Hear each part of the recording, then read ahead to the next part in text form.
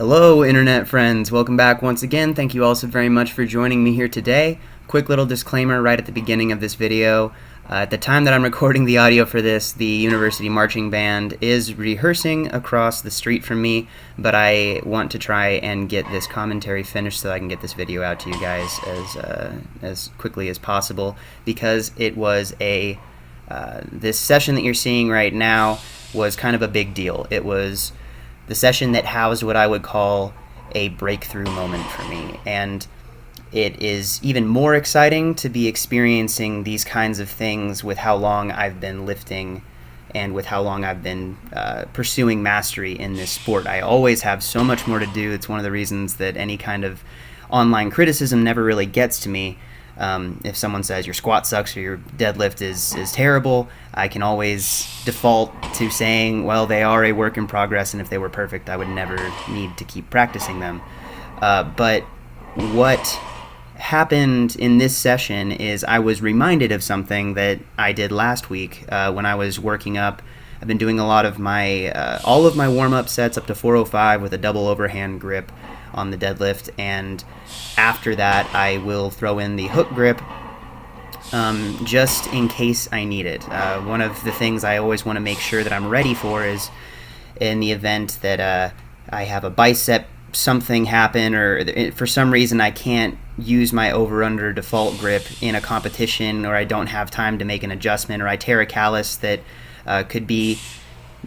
is really inhibitive with my normal grip, but it would not be an issue with a hook grip. I want to be able to make that adjustment, and so I do practice, especially when I get closer to a competition.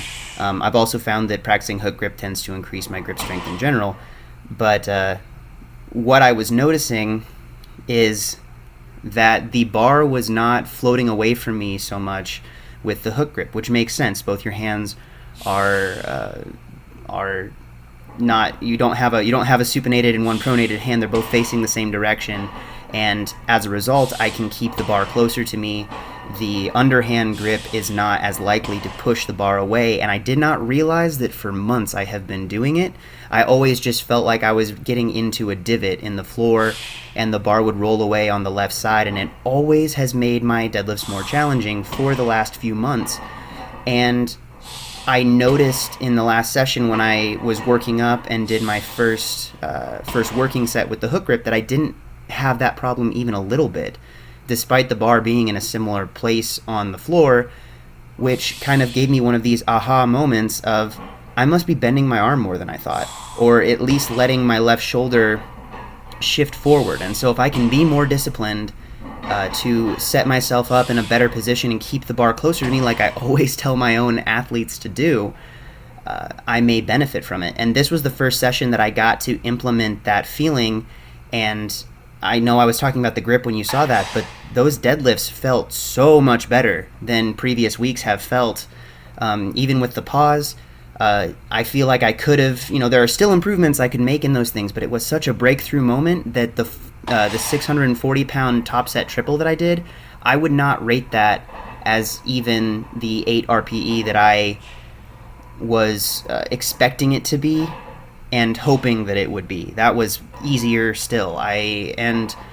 For a frame of reference, that is, I think, the most I've ever even pulled that load for a rep set may have been 5 reps at like 635 on a deadlift bar. So that was a big deal to me. That was a really eye-opening aha moment. And spoiler alert, in the deadlift session that's going to be coming up after this one gets posted, you will see that I implemented some of those ideas further into non-pause deadlifts, and holy noodle biscuits, Batman, I'm kicking myself for not having figured it out sooner, but I am celebrating and excited that I figured it out now.